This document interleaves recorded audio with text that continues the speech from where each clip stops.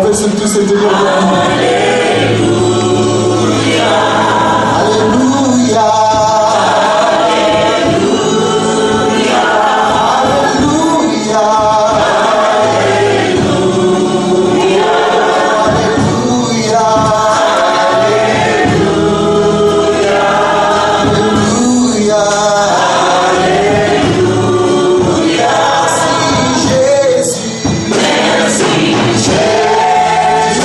Merci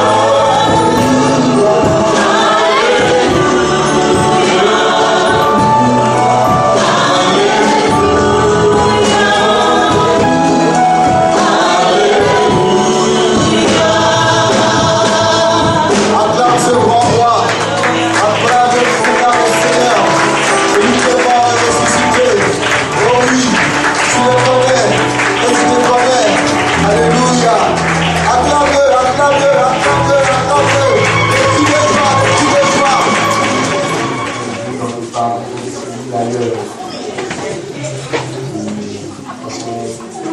Dans la semaine, nous travaillons et faisons une mission. Nous devons prendre davantage de temps pour glorifier et célébrer notre Dieu. Amen. C'est pour cela que nous avons été créés, c'est pour cela que nous avons été sauvés, que nous avons été sauvés afin de célébrer sa gloire. Nous avons reçu l'adoption grâce à l'œuvre de la croix, du sacrifice de Jésus-Christ. Et nous bénissons le Seigneur vraiment pour ce sacrifice. C'est grâce à cela que nous sommes enfants de Dieu. Grâce à cela que nous sommes citoyens des cieux, gens de la maison de Dieu. Et nous sommes notre Amen. Cet après-midi, nous sommes bénis, très bénis parce que le Seigneur déjà est là. Deuxièmement, nous avons la visite de bien-aimés qui viennent de l'Anglore vers ça. Voilà. Donc nous sommes rencontrés il y a quelques temps, 6 mois à peu près. J'étais là-bas, on a passé des bons moments ensemble, dans la présence de Dieu. On n'avait même pas envie de se séparer.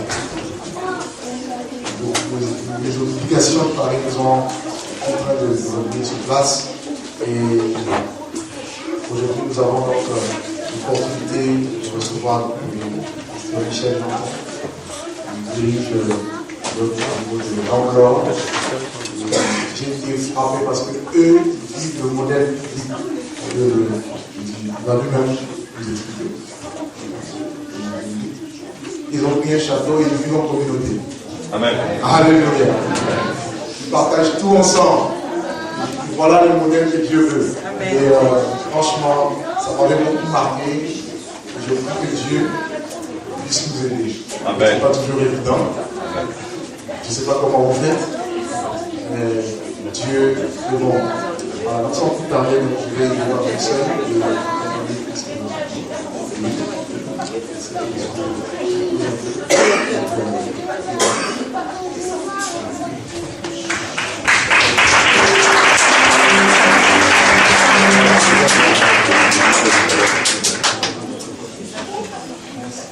Alors bonjour à tous. Bonjour. J'ai 45 ans aujourd'hui.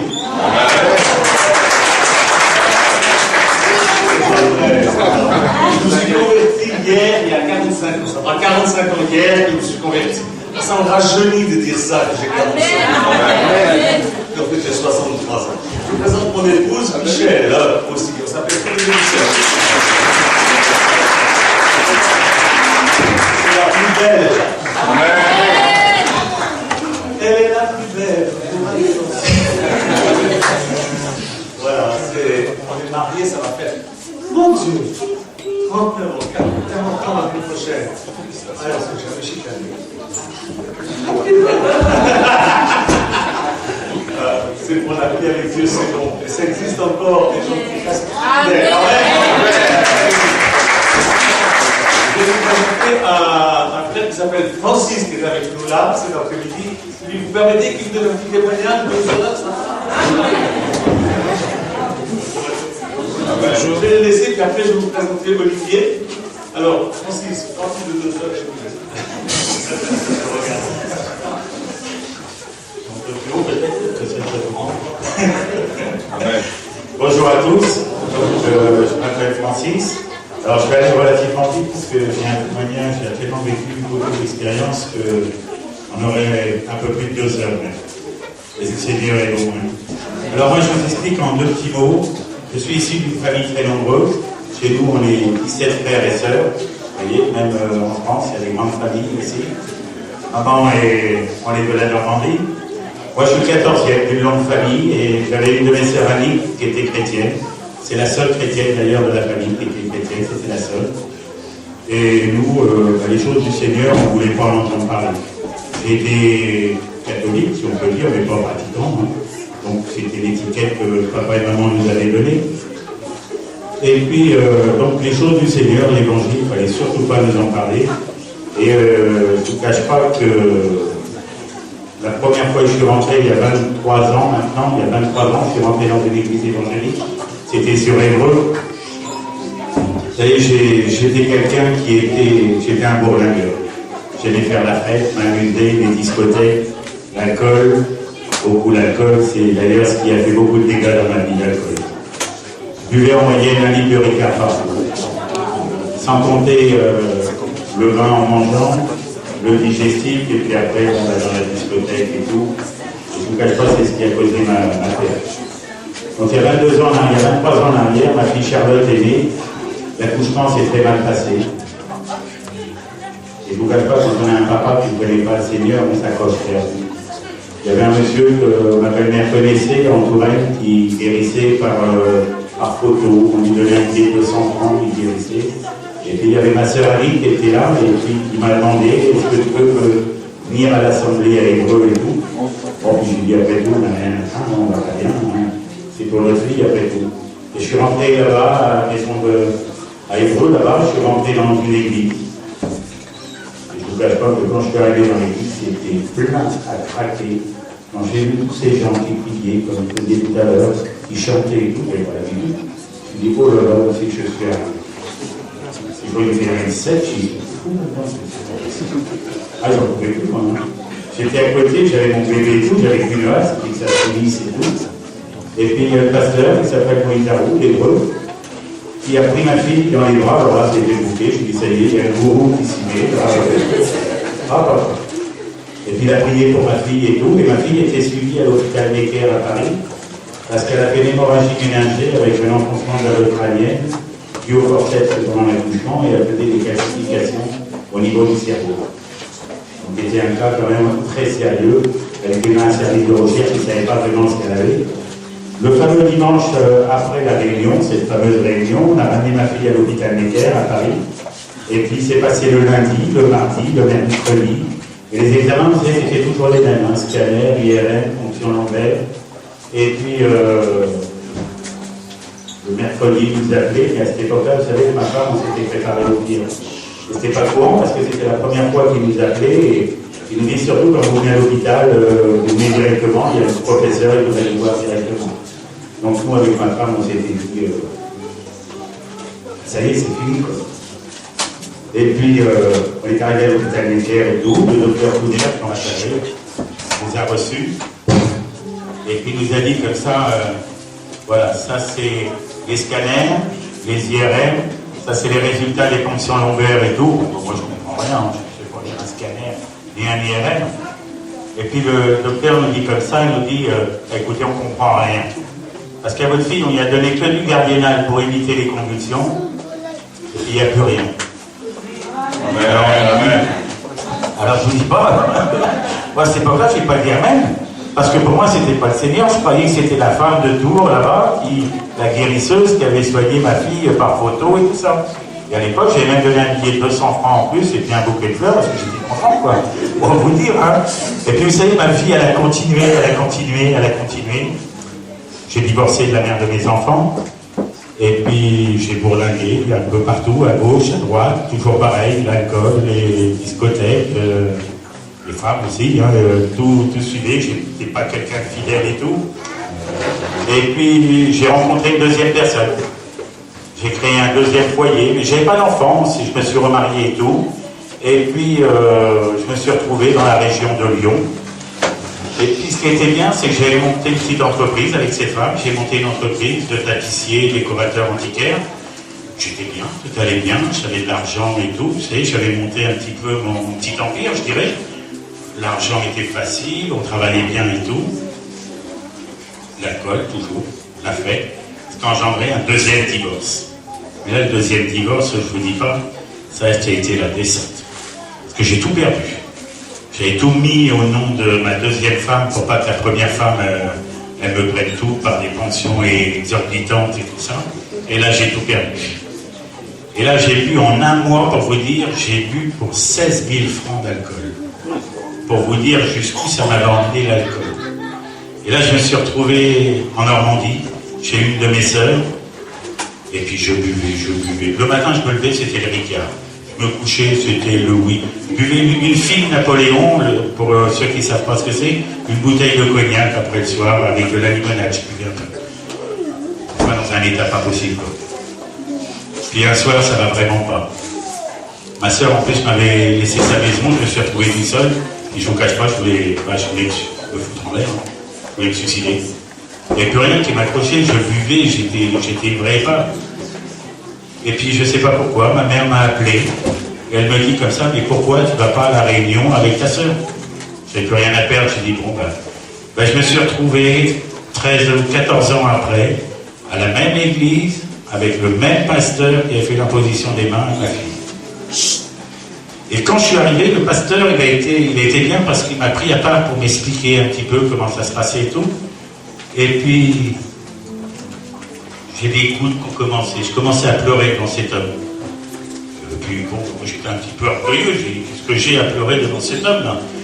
Et puis il m'a dit, écoute, il y a la réunion de prière ce soir, eh ben, va t'asseoir avec ta sœur et puis tu vas voir comment ça va se passer. Oh, il n'y a pas 2 minutes que j'étais assis, c'était plus des gouttes, c'était comme 2 robinets ouverts. Comme si tout l'alcool que j'avais bu, il était en train de me le faire sortir. Mais j'avais ma sœur qui était à côté de moi, j'arrêtais pas de la tirer. Donne-moi tes Kleenex, donne-moi tes Kleenex.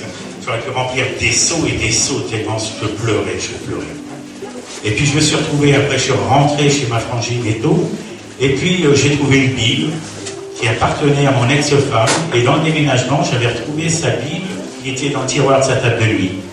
Et puis j'ai lu, et j'ai pleuré, et j'ai souri, et j'ai pleuré, et j'ai souri, toute la nuit.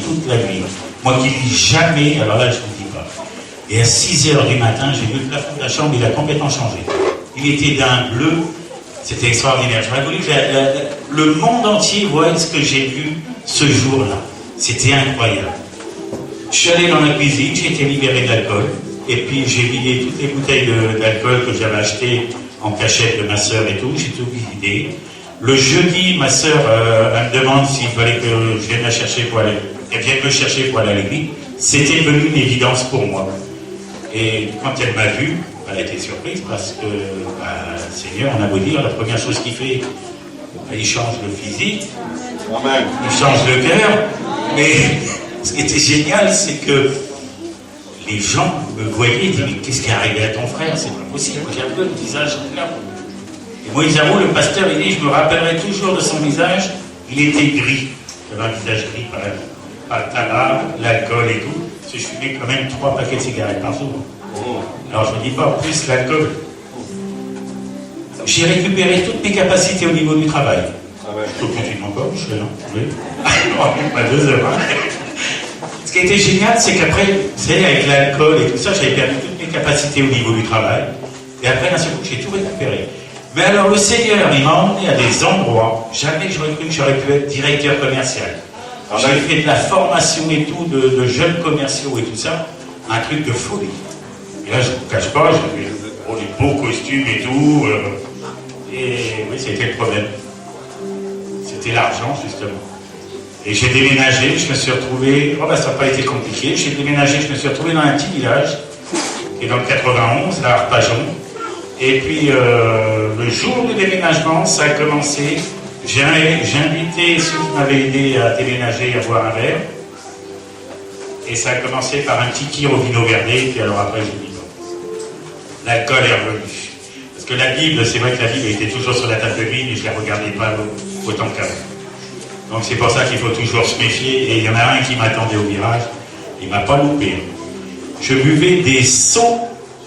Le matin, je me levais, le vino verdé, c'est un vin blanc portugais, je ne sais pas si vous connaissez, un petit peu pétillant. Je buvais un magnum tous les matins. Je rebuvais le Ricard encore, puis j'avais repris encore de plus belle dans l'alcool et tout. Je faisais des briefings au bar avec mes commerciaux, je donnais rendez-vous directement au bar. On n'allait même plus à la boîte, directement au bar. Et là, ça a été la catastrophe. Je payais plus mes loyers, je payais plus l'EDF, enfin plus rien. Tout passé. En moyenne, je laissais entre 250 et 300 € par jour au bar. Je ne sais pas si vous voyez ce que ça donne. Et là, la descente. Rebelote, la descente. Et là, un petit gitan. J'étais au bar, je buvais que des doubles Ricard au bar. Il y a un petit gitan qui s'est mis à côté de moi. puis il m'a pas dit grand-chose. Hein. Il savait que je connaissais un peu les choses de Dieu. Il m'a dit, mais tu vas pas rester dans cet état-là, Francis. Quand il m'a dit ça, j'ai cru qu'il mettait un hypercute. Ça m'a retourné la tête. Je ne sais pas ce qui s'est passé. Le soir, je suis allé donc à la réunion chez les Gitans.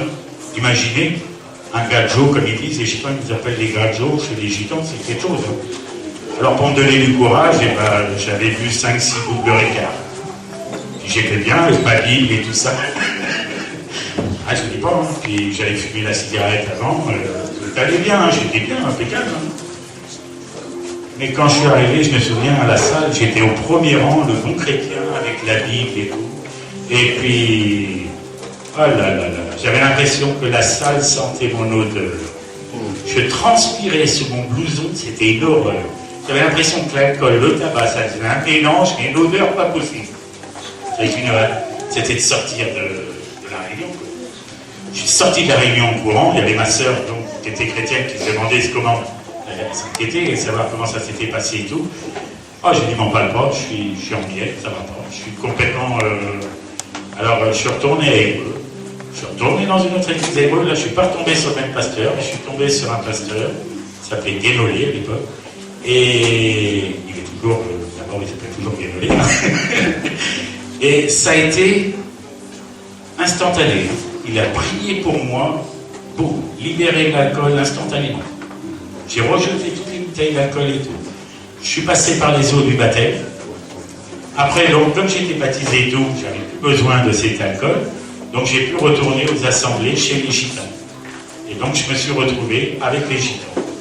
Et ce qui a été incroyable, c'est que vous savez, le Seigneur, ben, il nous pardonne, mais le monde, il ne nous pardonne pas.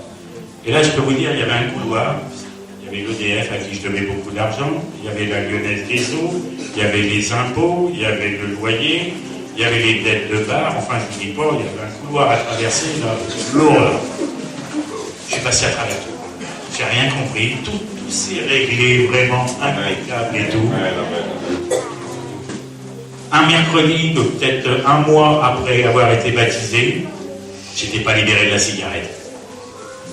Je suis allé dans une assemblée, il y a un pasteur qui a prié pour la délivrance. Bon, j'ai dit, Seigneur, tu peux me libérer de la cigarette, ça serait pas mal. Je me suis avancé, il a prié. Pour vous dire, j'avais acheté l'après-midi 2 paquets de cigarettes, plus un que j'avais entamé dans la poche. J'étais pas vraiment prêt à arrêter. Je suis allé par la foi. Il a prié pour moi, je suis sorti de l'assemblée. La première chose que j'ai fait, j'ai jeté mon paquet de cigarettes dans la poche. J'ai jeté les 2 paquets tout neufs qui étaient à la maison. J'ai nettoyé tout l'appartement parce que j'avais l'impression de vivre dans un cendrier après. Et ça va faire 5 ans que j'ai pu toucher de cigarettes. Amen. Voilà.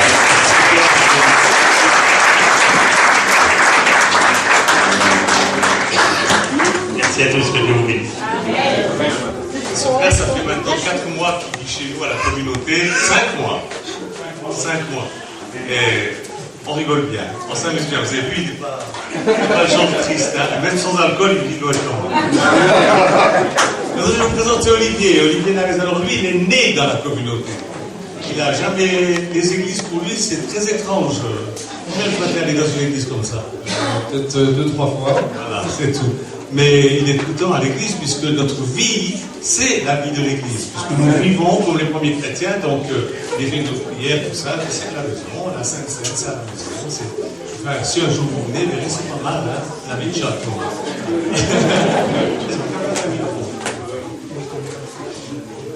Alors, il compose, il chante, il joue la guitare, c'est Olivier Narez.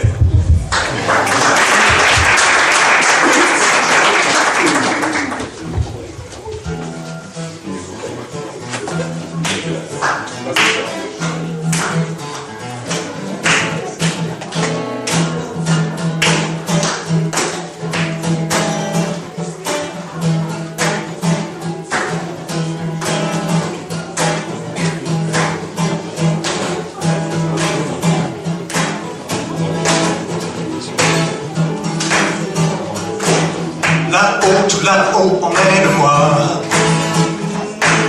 J'attends impatient ton retour. Là-bas, tout là-bas, c'est chez moi. C'est là qu'il y aura l'amour.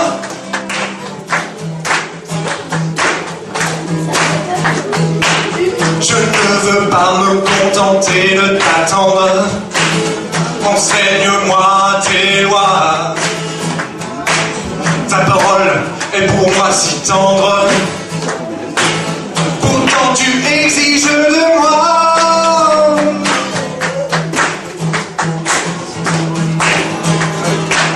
Mais c'est si bon quand tu es là, et je tiens bon. C'est un don que j'ai en moi, le sacrifice de Dieu pour moi.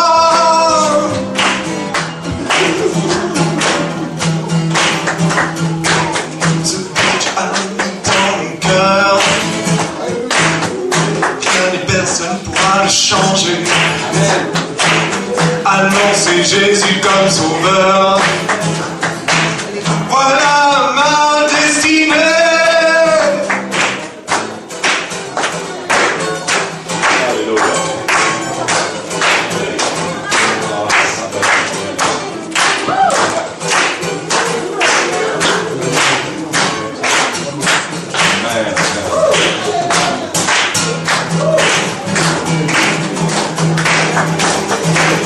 Mais c'est si beau quand tu es là, et je tiens bon. C'est un don que j'ai en moi, le sacrifice de Dieu pour moi. Vous pouvez vous mettre debout si vous voulez, et chanter avec moi si vous avez retenu. Mais c'est si beau quand tu es là, et je tiens bon. C'est un don que j'ai en moi, le sacrifice de Dieu pour moi. Encore une fois. Mais c'est si bon quand tu es là, et je tiens bon. C'est un don que j'ai en moi, le sacrifice de Dieu pour moi.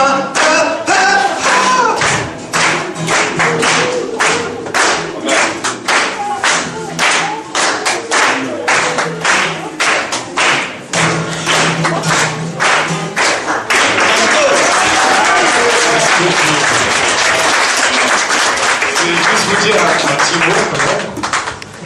Juste vous dire, excuse-moi Michel,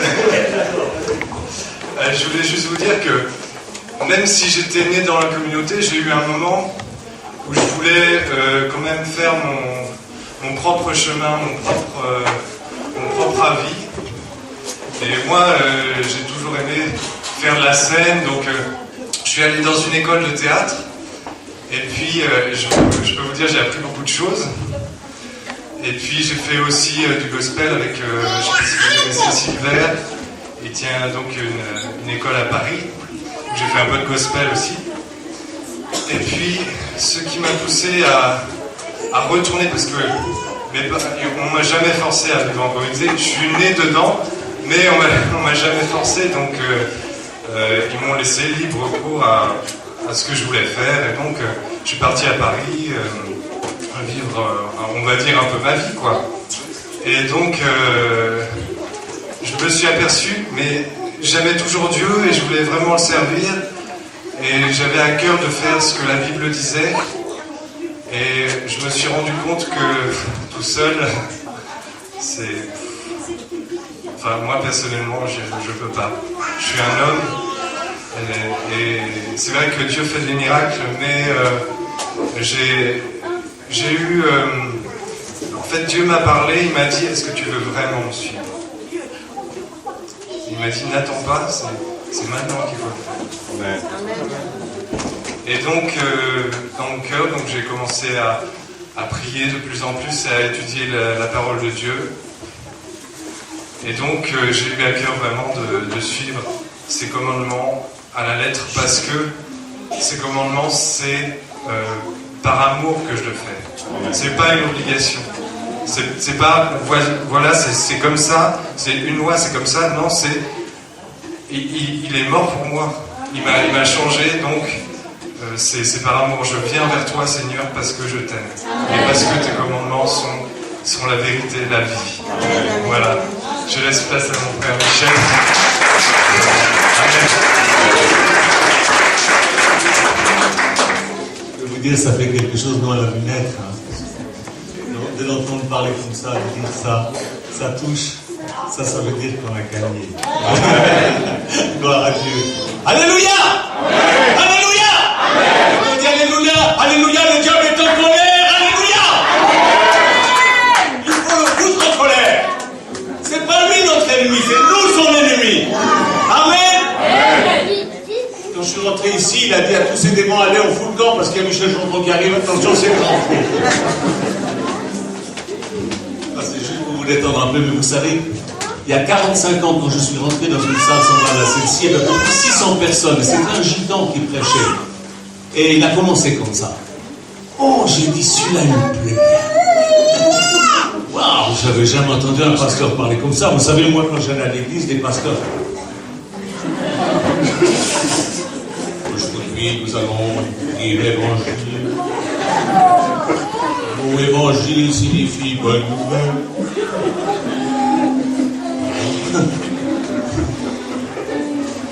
Et là, c'était un homme normal. C'était un homme normal, mais qui vivait quelque chose d'extraordinaire. Il s'appelle Raphaël Duval. Il est encore en vie. Il a 83 ans. On va le voir avec son épouse qui est là-bas à la Bretigny-sur-Orge, un gitan dans sa caravane. Il dit, je vais vous dire ça que Jésus a fait pour moi. Je cabosse peut-être de français, mais je cabosse pas l'évangile. Alléluia! Quand il a prêché ce jour-là, j'ai bien compris. J'ai bien compris que j'étais un pécheur et que je devais me confesser. J'avais 18 ans. Je calcule, 45 ans. Et je me suis converti ce soir-là. Vous savez, ce gitan, il disait, on peut regretter de s'avoir marié, mais on ne peut jamais regretter de connaître Jésus. Alléluia! Amen. Je ne regrette pas de m'être marié. Et je crois que je vais être marié avec mon épouse toute l'éternité. Vous croyez ça aussi? Amen. Moi, je ne peux pas croire. Mais c'est des inventions humaines, ça, cette histoire de dire jusqu'à ce que la mort nous sépare. Mais non, moi, je peux être séparé de ma femme. C'est quoi ceci? Non, non, non, non. Non, non, non, non, je serai avec elle toute l'éternité. Alléluia! Vous savez, j'ai 2 ou 3 messages à vous annoncer. Alors, je ne sais pas exactement ce que je vais vous dire, c'est pourquoi je parle. Et je parle parce que quand je parle comme ça, je vois vos visages et je sens votre esprit. J'essaie de contacter votre esprit pour savoir ce qu'il faut que je vous dise. Parce que j'aime pas préparer ça 10-15 jours à l'avance. C'est aussi mon gitan qui m'a appris ça. Il m'a dit, il ne faut pas préparer 10-15 jours à l'avance. Il faut être spontané. Il faut que tu sois rempli du Saint-Esprit qui parle selon le Saint-Esprit. Amen. Alors, souvenez-vous. Notre Père, allez ensemble, qui est aux cieux. Oh, que ton nom soit sanctifié. Que ton règne vienne, que ta volonté soit faite sur la terre comme au ciel. Donne-nous aujourd'hui notre pain quotidien. Pardonne-nous nos offenses. Pardonne-nous à ceux qui nous ont offensés. Ne nous laisse pas tomber dans la tentation, mais délivre-nous du mal. Merci à toi qui appartiens, la puissance et la gloire au siècle des siècles. Amen. Amen. Vous asseoir. Je n'ai pas besoin de faire la lecture dans la Bible, puisqu'on vient de lire un passage des Écritures. C'est Jésus qui nous enseigne de prier comme ça. Et s'il nous enseigne de prier comme ça,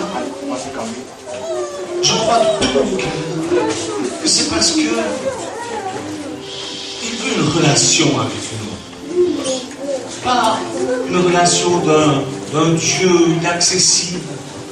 Et puis, qui est là et qui attend qu'on fasse la prière, juste, si on dit non, prie encore un peu, c'est pas tout à fait correct. Non, jeûne encore 2-3 jours, ça ne sera pas assez suffisant ce que tu viens de faire là. Non, une relation normale avec ses enfants. Tiens, mon enfant, je vais vous raconter une histoire. Ça s'est passé dans un grand magasin de tissus à Barbès. Vous connaissez Barbès, il y a des grands magasins de tissus, les soeurs ici. Et là, il y avait plein de monde, c'était bourré de monde.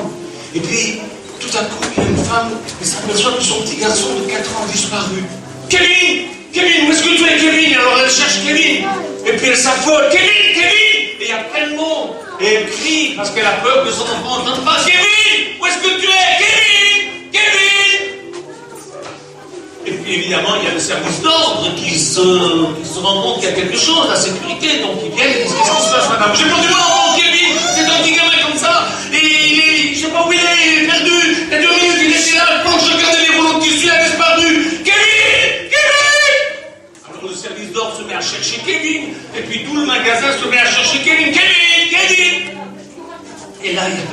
de ces gens une chrétienne. Et cette chrétienne, elle a fait une courte prière et elle a eu une inspiration. Et elle a dit à sa copine qui était là, écoute, je crois que Kevin est encore dans le magasin, mais il a peur parce qu'il croit que sa maman est fâchée. Parce que sa maman, elle crie son nom. Et il a peur, alors il s'est caché. Il n'est plus perdu, il est simplement caché quelque part. Alors, on va marcher. Et puis, on va dire, Kevin, si tu m'entends, dis, je suis là. Alors, ils ont marché dans toutes les allées, parmi tous les rouleaux de tissu. Ils disaient, Kevin, si tu m'entends, dis, je suis là. Et quand elles sont arrivées tout au bout du magasin, tout d'un coup, il y a eu une petite voix timide qui a dit, je suis là, madame. C'était Kevin. Il s'était caché derrière des rouleaux de tissu sous une table parce qu'il avait eu peur de sa maman qui criait. Amen. Pourtant, elle n'était pas fâchée. Mais elle criait. Et vous voyez, Dieu ne veut pas vous faire peur. Si vous avez été victime d'un de ces prophètes à la noix de coco qui vous a fait peur, foutez-moi ça aux toilettes et tirez la chasse d'eau. Amen. Dieu ne nous fait pas peur. Amen. Dieu est notre Père. Amen. Il nous aime. Il ne crie pas. Cette femme, elle l'aimait, mais elle n'avait pas beaucoup d'éducation. Elle ne savait pas toutes ces choses psychologiques. Le Père sait. Amen. Amen. Il ne crie pas. Il t'appelle par ton nom. Oh, si tu m'entends dire, je suis là. Dis, je suis là. Papa, je suis là. Papa, je suis là. Alors ton Père qui t'a appris à prier, est-ce que tu crois qu'il est très différent de toi? Non, puisqu'il est ton Père. Alors ce papa qui t'a appris à prier, en te disant il faut dire notre Père qui est aux cieux, ben aujourd'hui, Dieu du ciel te dit, ma fille, mon fils qui est sur la terre, que ton nom soit sanctifié. C'est quoi ton nom? Qu'il soit sanctifié, c'est quoi ton nom? Alors tu vas me dire, voilà, moi je m'appelle Kevin, peut-être. Moi je m'appelle Michel. Eh bien que ce nom-là soit sanctifié. Quel autre nom tu portes? Est-ce que tu portes le nom Baptiste? Non, non, ça c'est pas un bon nom.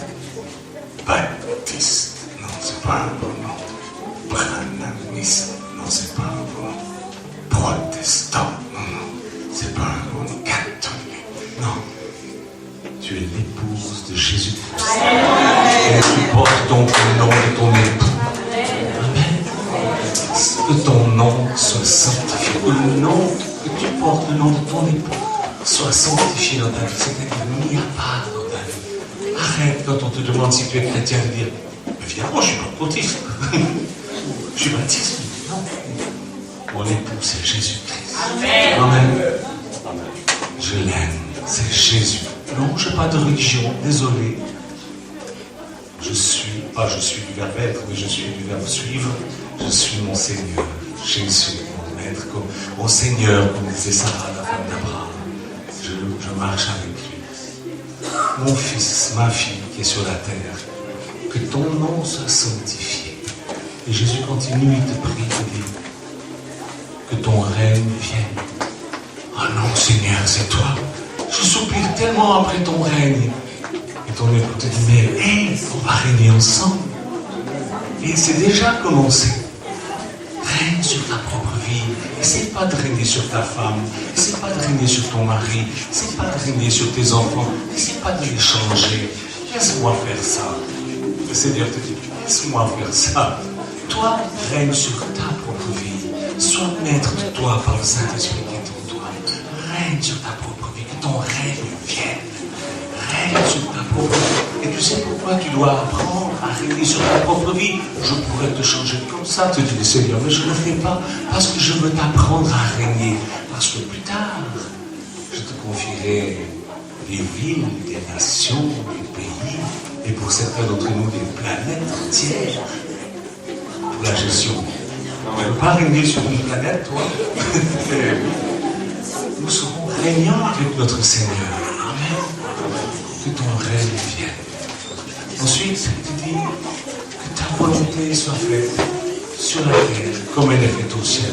Mais mon Dieu, je croyais que c'était seulement ceux qui font ta volonté qui sont sauvés. Tu me dis que ma volonté doit être faite sur la terre comme elle est faite au ciel. Mais qu'est-ce que c'est cette histoire? Ça, c'est une fausse doctrine. Michel, j'entends. Je ne peux pas croire une chose pareille. Et le Seigneur te dit sans crier, lis ta Bible et lis-la bien. Ça, c'est une petite blague entre nous. Lis ta Bible et lis-la bien. Éphésiens, chapitre 1. Vous êtes déjà bénis dans les lieux célestes en Jésus-Christ. C'est-à-dire que toi, tu es dans les lieux célestes. Écoute bien, si maintenant je tomberais mort, donc je vais arriver là, qui c'est que je vais voir? Toi. Et je dis, ah, t'es mort aussi? Tu vas dire, non, mais je suis assis dans les lieux célestes en Jésus-Christ. Amen. C'est écrit dans Éphésiens chapitre 1. Tu crois que tu vis ici? Tu crois vraiment que tu habites ici? Tu te trompes. Ici, c'est juste l'expression matérielle à basse fréquence de la réalité spirituelle profonde qui s'est produite le jour où tu t'es donné à Jésus. Tu es assis dans les lieux célestes en Jésus-Christ. Et crois-moi, dans les lieux célestes en Jésus-Christ, tu n'as pas mal aux dents, tu n'es pas malade, tu n'es pas pauvre, tu n'es pas au chômage, tu ne cherches pas du travail, tout va bien. Alors que ta volonté soit faite sur la terre comme elle est faite au ciel. Amen.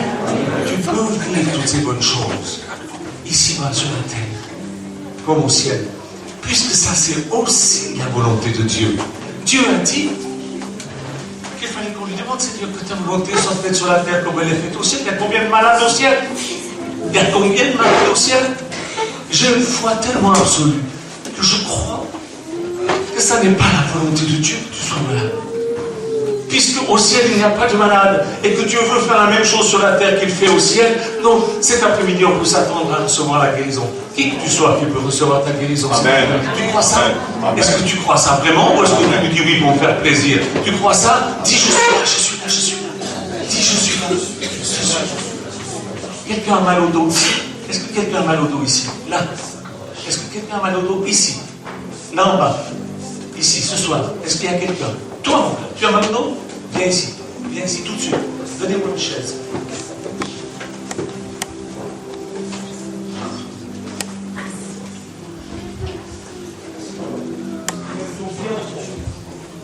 Viens,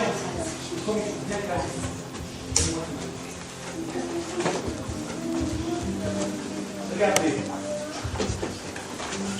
Vous voyez, qu'est-ce que vous voyez là? Le micro, s'il vous plaît. Il a une jambe plus courte que l'autre, à peu près 1 cm.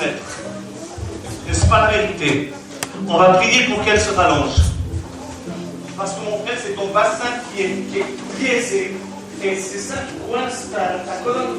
Ta colonne, au nom de Jésus, ton nez est coincé. C'est pour ça que tu as mal. Au nom de Jésus, je demande à cette jambe de se remettre à sa place. Au nom de Jésus, jambe, remets-toi à ta place. Passage, je t'ordonne. Au nom de Jésus, reprends ta place maintenant. Au nom de Jésus-Christ. Au nom de Jésus-Christ. Au nom de Jésus-Christ. Jambe, rallonge-toi. Jambe, rallonge-toi. Je le veux. Je t'ordonne, je te commande. Au nom de Jésus, jambe, rallonge-toi. Rallonge-toi. Je le veux. Au nom de Jésus. Au nom de Jésus. Au nom de Jésus. Au nom de Jésus-Christ. C'est Jésus-Christ qui est le maître. C'est pas la maladie qui est la maître. C'est le nom de Jésus. Merci Seigneur. Qu'est-ce que vous voyez là maintenant? Qu'est-ce que vous voyez? Qu'est-ce que vous voyez?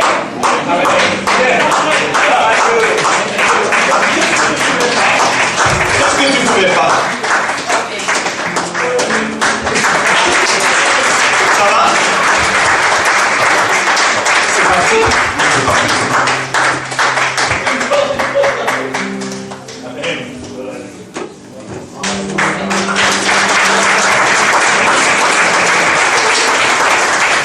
Ça, c'est juste pour vous montrer ce qui va se passer après avec vous. Amen.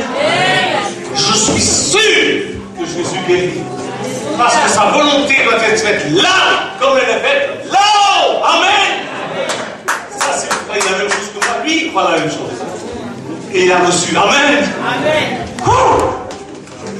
Où est-ce qu'on en était, mon frère? Que ta volonté soit faite sur la terre, comme elle est faite au ciel. Et puis après, c'est quoi? Comment c'est?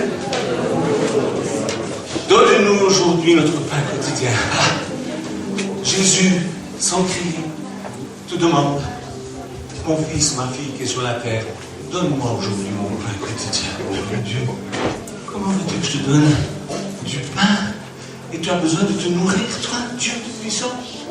Et le Seigneur te dit, lis ta Bible, relis-la bien, s'il te plaît. Je suis, dit l'Éternel, ton Père. Je suis le consommateur de ta foi. Je me nourris de ta foi. Chaque fois que tu exerces ta foi, mon nom est exalté et je grandis aux yeux des autres. Et je suis loué par les anges et les démons sont mis dans l'échec. Je me nourris de ta foi. Tu dis, Seigneur, donne-moi mon pain quotidien. Donne-lui ta foi. Montre-lui ta foi. Cet homme a fait ça. J'ai fait ça. J'aurais pu ne pas le faire.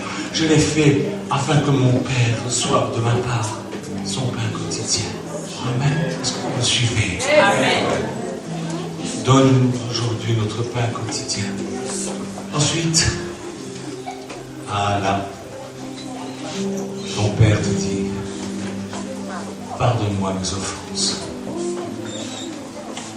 comme je pardonne aussi à ceux qui m'ont offensé. Comment, Dieu? Tu veux que moi je te pardonne, mais tu n'es pas un pécheur. Moi, je suis un pécheur. Comment veux-tu que j'ai rien à te pardonner, mon Dieu? Il te dit, oh, réfléchis un peu. Réfléchis. Prends l'apôtre Pierre, le soir à table. Écoute ce qu'il dit. Moi, Jésus, jusqu'au bout du monde, j'irai avec toi jusqu'au bout du monde. Jamais je t'abandonnerai. Je t'adore.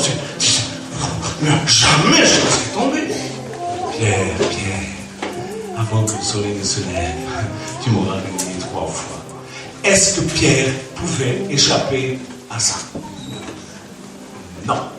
Pourtant, Jésus avait dit qu'il le ferait. Il pouvait très bien dire, maintenant, je ne vais pas le faire. Il a dit que je le ferai. Eh bien, je ne le ferai pas. Il ne pouvait pas échapper à son destin. Parce que c'était dans la volonté de Dieu que Pierre renie, pour que Pierre se repente, afin que le diable soit mis dans la confusion. Alléluia. Amen. Mais c'était une offense pour Pierre de se sentir manipulé comme ça. Alors, pardonne-moi mes offenses, te dit ton Seigneur. Mon épouse et moi, nous avons été offensés aussi. 9 mois d'attente. Un petit berceau dans la chambre. Le bébé qui vient au monde. Un critère. Et un médecin qui se trompe. Et notre enfant meurt. Vous croyez qu'on a rigolé? Vous croyez qu'on a dit loué soit le Seigneur? Non. Mais on a dit, Seigneur, on ne demandera pas pourquoi. Que ta volonté soit faite. Et le Seigneur Jésus nous a appris une chose. C'est que cette chose qui nous a offensés, qui nous a blessés, était voulue de Dieu. Elle fait partie de notre histoire, cette chose-là, cette horreur. Elle nous a permis de mieux comprendre ceux qui souffrent. Elle nous a permis d'aider ceux qui souffrent, de les bénir.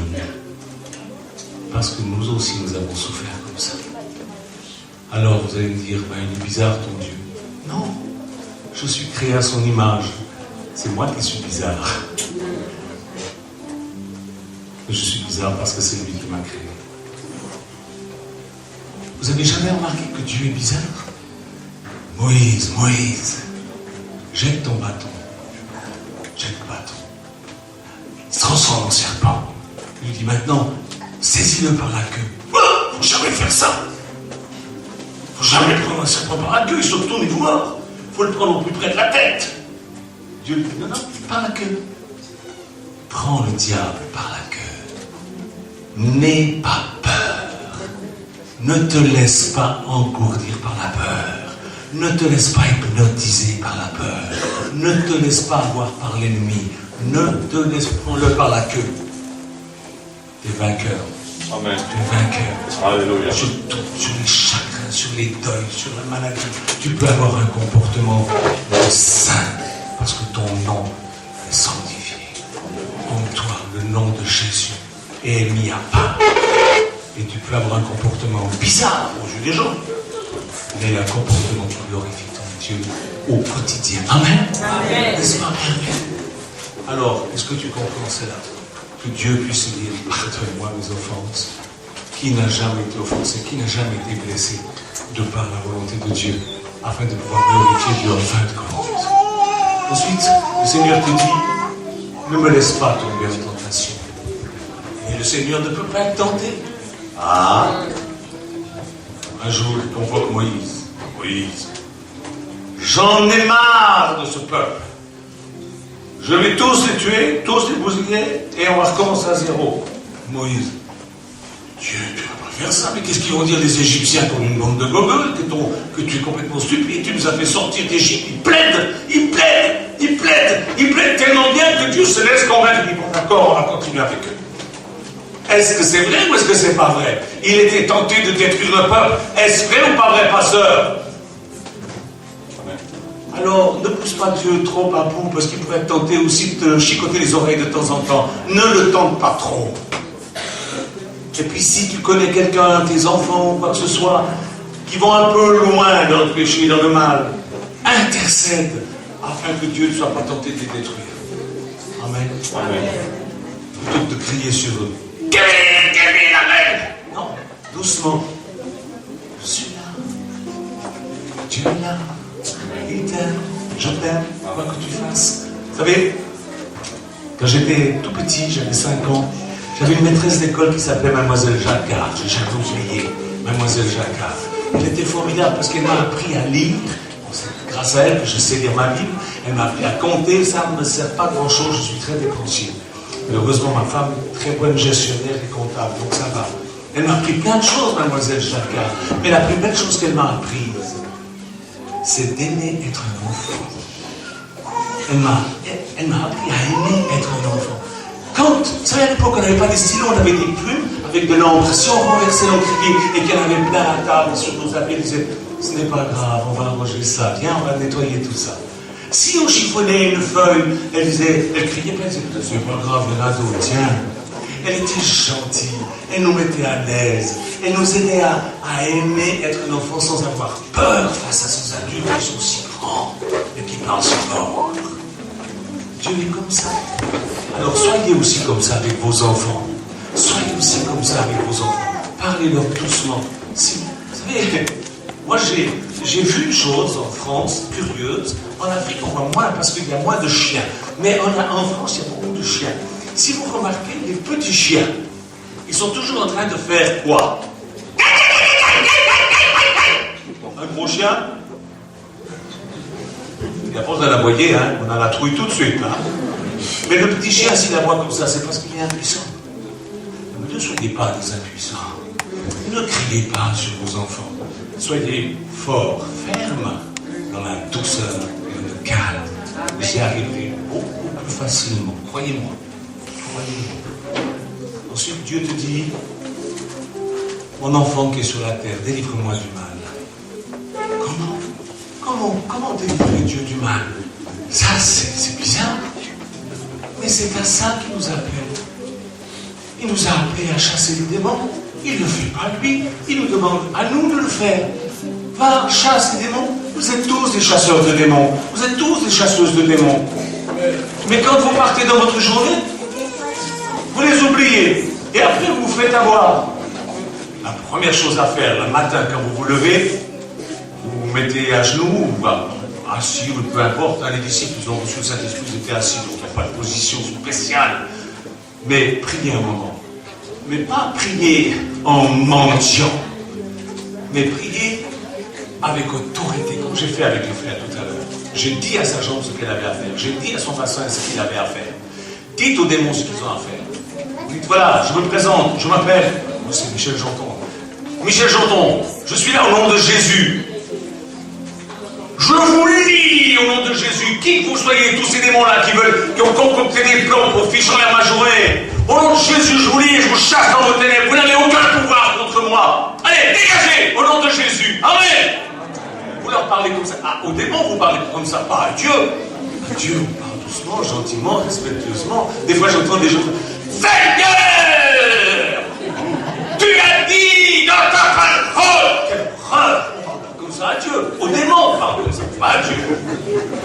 éducation.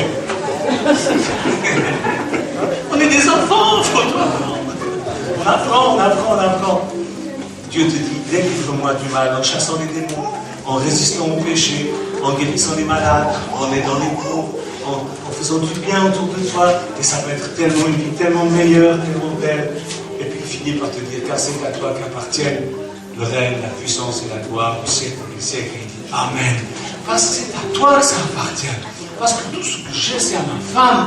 Et tout ce que vous avez, tout ce qu'il a, c'est à vous, parce qu'il ne va pas garder un truc à lui, il va tout partager avec vous, et le règne, ça va être avec vous, et déjà maintenant, il partage son règne avec vous. Vous savez, ici, c'est pas lui qui commande, c'est le diable. C'est le prince de ce monde, c'est le diable. Et nous, on est là un peu comme des étrangers. Et on est là, on est envoyé par Dieu juste pour embêter le diable, juste pour montrer au diable qu'il est vaincu. On est là, on le gratte la journée. C'est nous qui sommes l'ennemi, c'est nous. Et on est déjà là en train d'apprendre à régner. Alors il y a des degrés différents, il y a des jeunes des gens qui sont jeunes convertis qui sont plus avancés que des vieux convertis, parce qu'ils ont compris ce principe qu'on est là pour embêter le diable, pour lui mettre les bâtons dans les roues sans arrêt, pour l'empêcher de faire sa volonté. On est là, on l'embête, c'est quand le début, on arrive et on fiche en l'air ses plans. Et il est en colère contre nous, on s'en fiche, on n'a pas peur. Le Seigneur qui nous protège. Amen. Amen. Le flic au milieu de la rue, quand il brandit son petit bâton pour arrêter le camion, vous croyez que le camion s'arrête parce que le flic il a des gros biceps? Pas du tout, mais il s'arrête parce que derrière lui il y a le nom de la loi. Il est là au nom de la loi. Amen. Amen. Amen. Alors le gros camion il s'arrête, et quand le diable essaie de vous attaquer, s'il vous attaque, parce que c'est pas toujours lui, hein. Il y en a qui rigolent. Mais s'il vous attaque, lui ou un de ses démons, vous l'impressionnez pas. Mais vous êtes là au nom de Jésus. Il y a toute l'autorité du nom de Jésus et des anges, il y a tout derrière vous. Pour en venir au diable qui se déplace pas si souvent qu'on pense. Beaucoup de chrétiens pensent, oh le diable attaque. Oh on était bénis, qu'est-ce que le diable va nous mettre? Mais vous savez, je vais vous dire un secret. Moi, le diable ne me connaît pas. Je ne sais même pas qui je suis. Toi non plus, je ne sais pas. Tu n'es pas assez important, mon pauvre frère.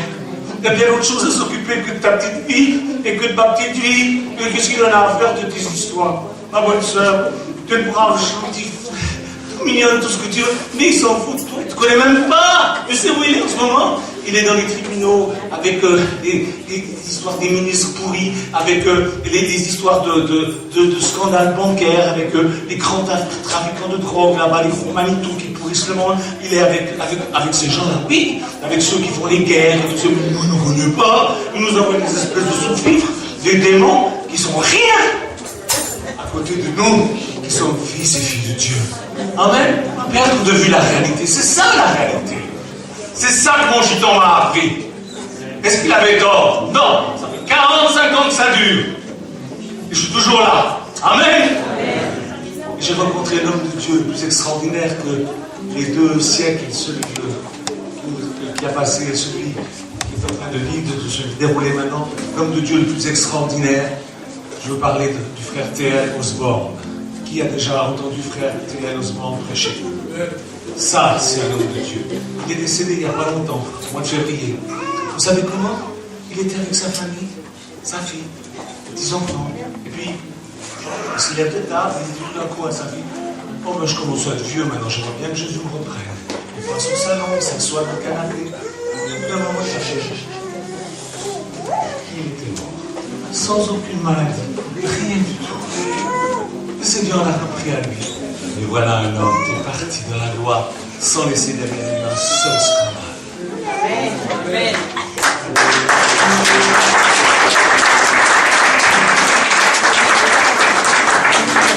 Sans laisser derrière lui un seul scandale. Faites attention aux hommes de Dieu. Scandale. Il y en a. C'est eux qui ont le plus. Je ne vais pas dire de nom. Au fond des bancs, j'ai envie de dire.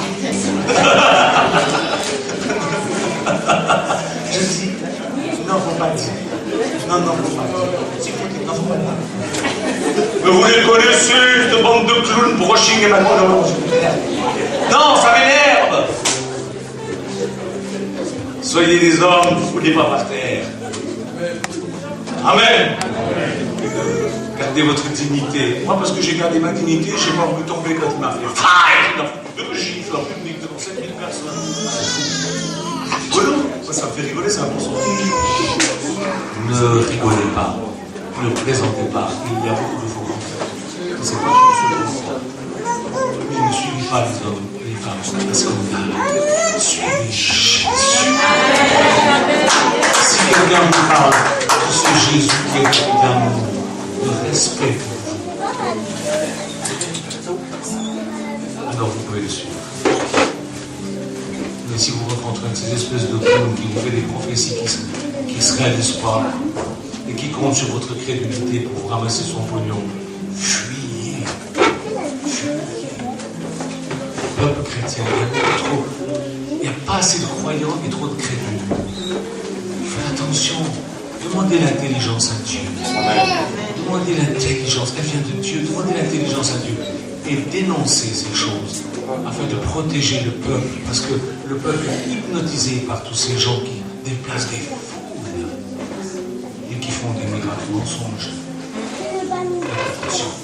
Soyez fidèles à la Sainte Écriture, à la Sainte.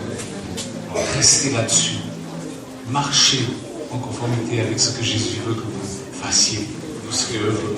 Et un jour, le règne nous appartiendra. Parce que vous régnerez avec. Amen. J'espère que ça vous a fait du bien cette après-midi. S'il y a quelques malades, est-ce qu'on a encore un peu de temps pour prier pour les malades? Bien sûr. S'il y a quelques malades, je veux bien prier pour vous. Avec mon frère Francis et le pasteur, Olivier, on va prier pour vous, que le Seigneur vous délivre. Juste une chose, je vais vous expliquer quelque chose qu'il faut absolument que vous compreniez. Il va de toute façon se passer quelque chose pour vous. Si vous avez lu 1 Corinthiens, c'est écrit qu'il y a 2 dons.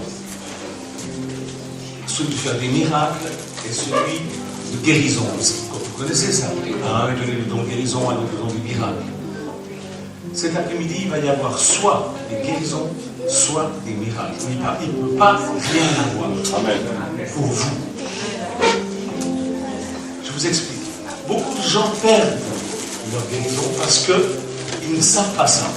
Ils s'approchent, on prie pour eux, il n'y a rien qui se passe, ils disent « Oh, le pasteur n'avait pas la puissance aujourd'hui » ou peut-être « Oh, ben, j'ai dû pécher, Dieu ne m'a pas pardonné » ou peut-être « Oh, peut-être que Dieu veut m'apprendre quelque chose par cette maladie » comme si vous envoyiez des maladies à vos enfants pour leur apprendre quelque chose.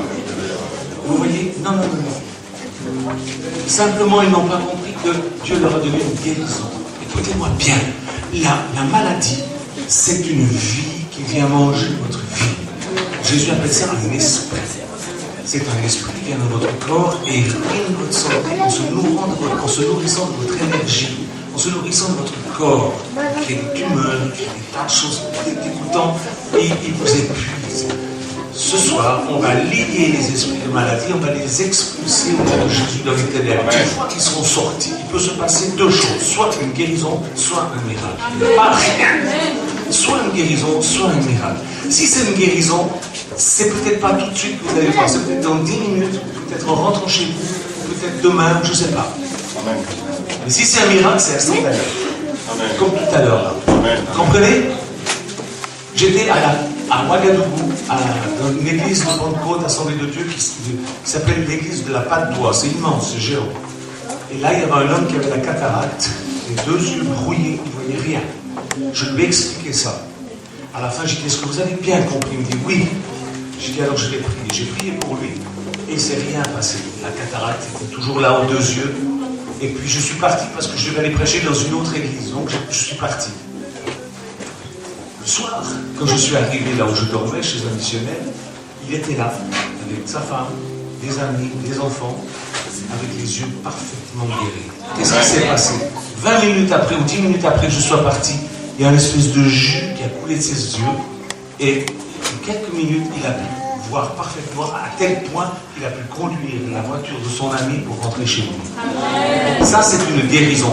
Quand l'esprit de la maladie sort, le corps travaille à la guérison. Quand vous couper, ça travaille tout seul à la guérison. Vous comprenez? Mais ça peut prendre un peu de temps. Alors ne perdez pas la foi si vous sentez que votre grosseur est toujours là. Elle est peut-être physiquement là, mais elle n'a plus la vie. Donc elle va se résorber, elle va partir par les voies naturelles, elle va, je sais pas, Dieu va faire comme il veut, votre corps aussi. Mais ne doutez pas. Beaucoup de gens doutent et alors l'esprit revient. Parce qu'ils doutent par manque de connaissance, parce qu'ils ne savent pas qu'une guérison, ce n'est pas la même chose qu'un miracle. Là, je vous ai bien expliqué. Maintenant, votre foi, elle est là. Est-ce qu'elle est là, votre foi? Oui, je suis là. Je suis là, j'ai compris. Alors, si vous avez bien compris, maintenant, on va prier pour les malades. Premièrement, on va d'abord remercier Dieu, le bénir, le louer. On ne fait pas ça parce qu'il est là en train d'attendre qu'on veut. C'est un pacte qu'on a fait entre lui et nous.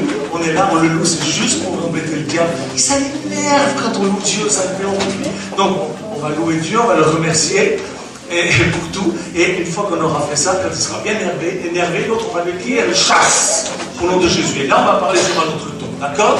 Alors, ne soyez pas émotifs, ça ne sert à rien. Il n'y a pas besoin d'avoir des émotions. Il n'y a pas besoin. On est là, on est bien, tranquille, on est sur nos deux pieds, et on est intelligent, et on sait, on a compris. La foi vient de ce qu'on entend, ce qu'on comprend. Le mot entendre, ça veut dire aussi comprendre. Vous avez compris, donc maintenant, il n'y a pas besoin d'émotion. On n'a pas besoin de sentir sa présence. Il est de toute façon là. Amen. Donc, on le sent, on ne sent pas. Il n'y a aucune importance. Ce qui est important, c'est que vous ayez bien compris et qu'on soit sur la même longueur d'onde, c'est-à-dire des croyants. Amen. Amen. Alors que les malades s'approchent et on va prier pour eux. Monsieur, non, Jésus, dégage. Amen. Amen. Ça va?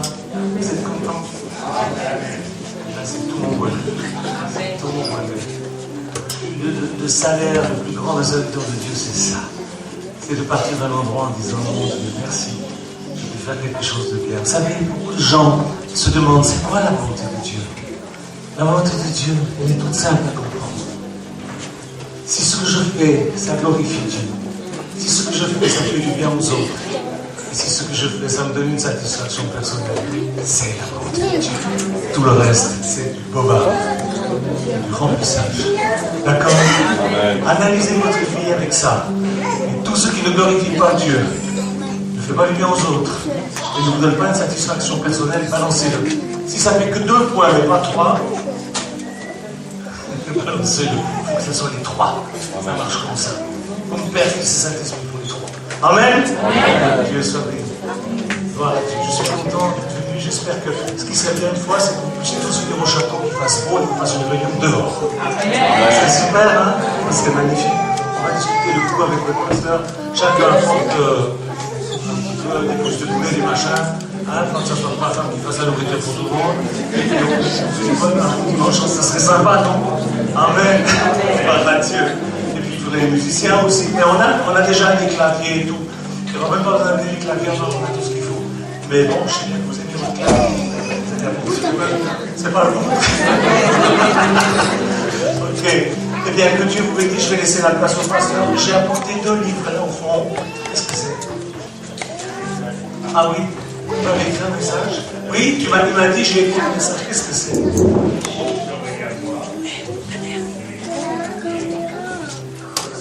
Ah, il a écrit qu'il y avait des guérisons cet après-midi. Gloire à Dieu.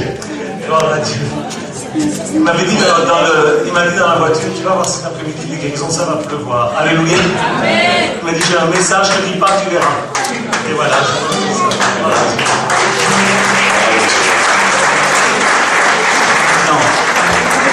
Votre frère, je suis votre frère en Jésus-Christ. Je ne suis pas quelqu'un, j'ai rien d'exceptionnel. Mes frères, ils vivent en communauté avec moi depuis, ça fait 5 mois, mais depuis qu'il est né. Ils savent comment je suis, ils me connaissent, je suis un homme normal.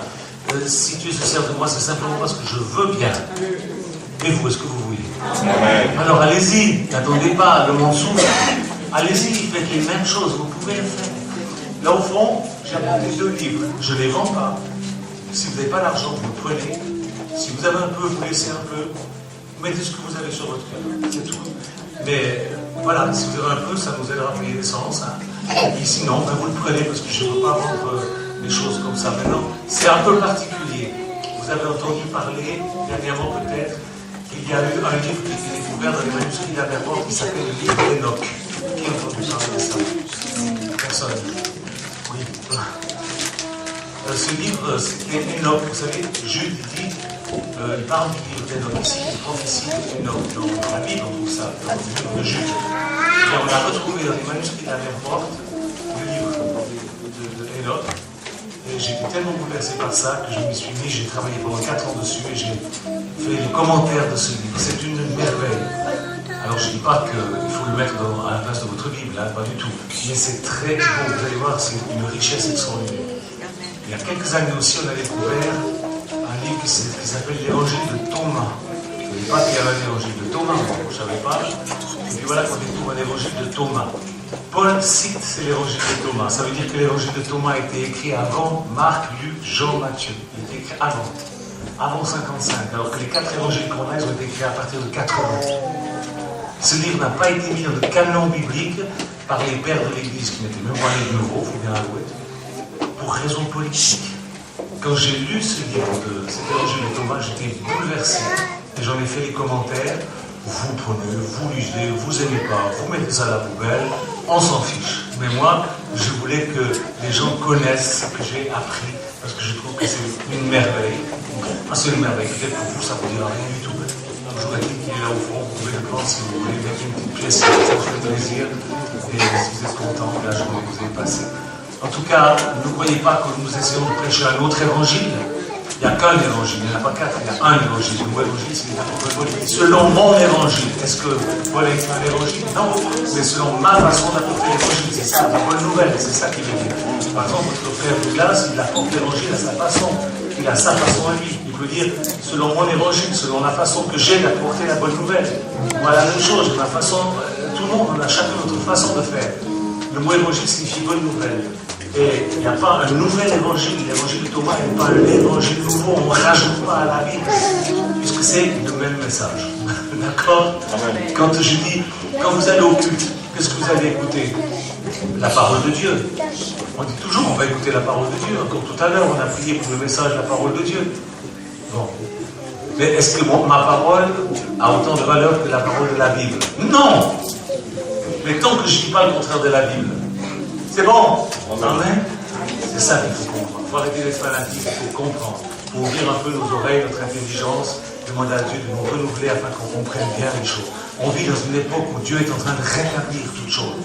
Il ne reviendra pas avant que toutes choses soient rétablies. Vous savez, dans Acte 3, c'est pas seulement Israël qui est le signe. Le signe, c'est que toutes choses doivent être rétablies. Et Dieu est en train de rétablir son Église parce qu'elle est bien malade.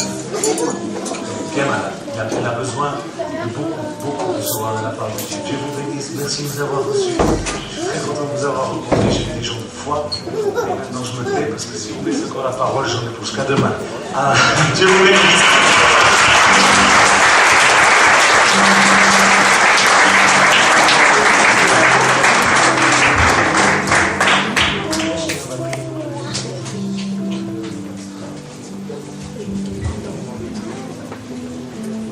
Seigneur Jésus, nous voulons te remercier pour cette invitation du pasteur Douglas, l'invitation de cette Église qui nous fait confiance en nous recevant comme tes serviteurs.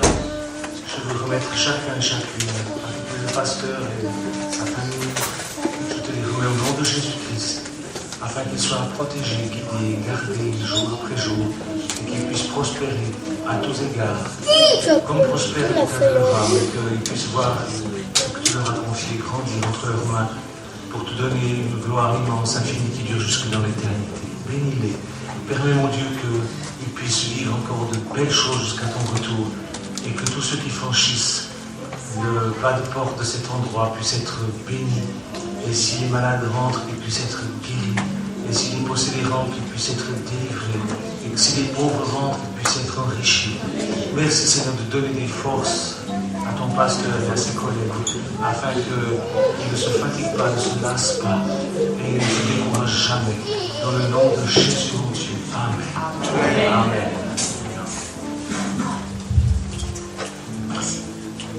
Alléluia. Gloire à Dieu. Est-ce qu'on peut se lever et acclamer très fort le Seigneur?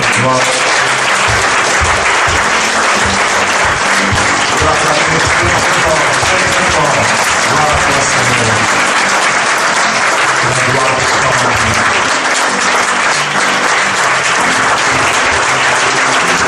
Merci pour ce présent, merci Seigneur parce que tu nous as visité encore ce jour.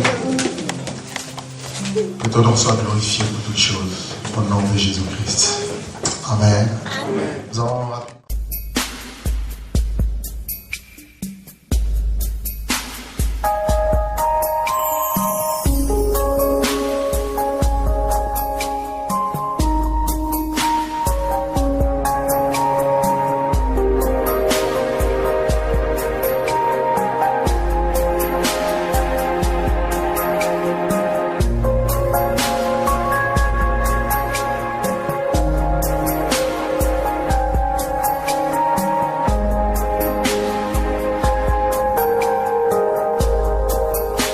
Je lève mes mains,